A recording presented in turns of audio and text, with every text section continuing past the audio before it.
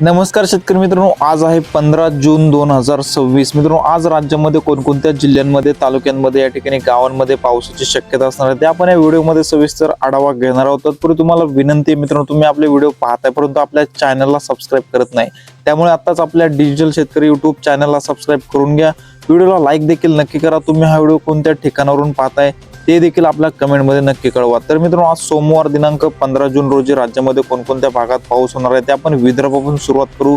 आज या ठिकाणी विदर्भामध्ये मित्रांनो पावसाचा जोर आपल्याला वाढलेला पाहायला मिळतो। या ठिकाणी बघू शकता स्क्रीनवरती नागपूर, भंडारा, गोंदिया, चंद्रपूर, गडचिरोली या जिल्ह्यामध्ये आपल्याला दुपारनंतर व रात्री 6च्या नंतर आपल्याला मध्यम ते जोरदार स्वरूपाचा पाऊस या ठिकाणी पाहायला मिळतोय। अमरावती जिल्ह्यामध्ये देखील हलक्या मध्यम स्वरूपाच्या पावसाची शक्यता ही पाहायला मिळते।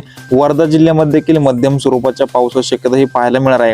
एकंदरीत जर या ठिकाणी विदर्भाचा विचार केला तर विदर्भामध्ये वर्धा, अमरावती, नागपूर, भंडारा, गोंदिया, गडचिरोली या जिल्ह्यामध्ये आपल्याला पावसाची शक्यता ही पाहायला मिळत आहे। उर्वरित विदर्भातील जिल्ह्यामध्ये आपल्याला हवामान ढगाळ पाहायला मिळते व हलक्या मध्यम स्वरूपाचा पाऊस होऊ शकतो। तसेच मराठवाड्यामध्ये पाहायला मित्रांनो तर मराठवाड्यामध्ये या ठिकाणी पावसाचा जोर पूर्णपणे कमी झालेला पाहायला मिळतोय। नांदेड जिल्ह्यामध्ये आपल्याला हलक्या मध्यम स्वरूपाचा पाऊस पाहायला मिळतोय। तर या ठिकाणी बीड, लातूर, धाराशिव, छत्रपती संभाजीनगर, हिंगोली, जालना या भागामध्ये आपल्याला हवामान ढगाळ तर पाहायला मिळते परंतु पावसाची शक्यता या ठिकाणी कमी पाहायला मिळते। ठिकाणी मराठवाड्याचा एकंदरीत विचार केला तर नांदेड जिल्ह्यामध्येच आपल्याला हलक्या मध्यम स्वरूपाचा पाऊस पाहायला मिळत आहे। तसेच पश्चिम महाराष्ट्रामध्ये जर पाहिलं मित्रांनो तर सांगली, सातारा, कोल्हापूर व पुणे जिल्ह्यामध्ये आपल्याला पाऊस पाहायला मिळतोय।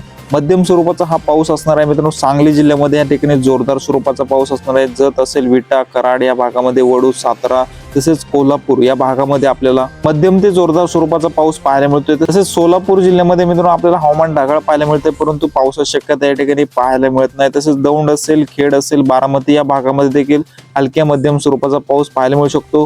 परंतु या ठिकाणी मित्रांनो पश्चिम महाराष्ट्रामध्ये देखील पावसाचा जोर हा कमी झालेला पाहायला मिळतोय। कोकणपट्टीमध्ये देखील पावसाचा जोर कमीच पाहायला मिळतोय। रत्नागिरी, रायगड जिल्ह्यामध्ये आपल्याला मध्यम स्वरूपाचा पाऊस पाहायला मिळतोय।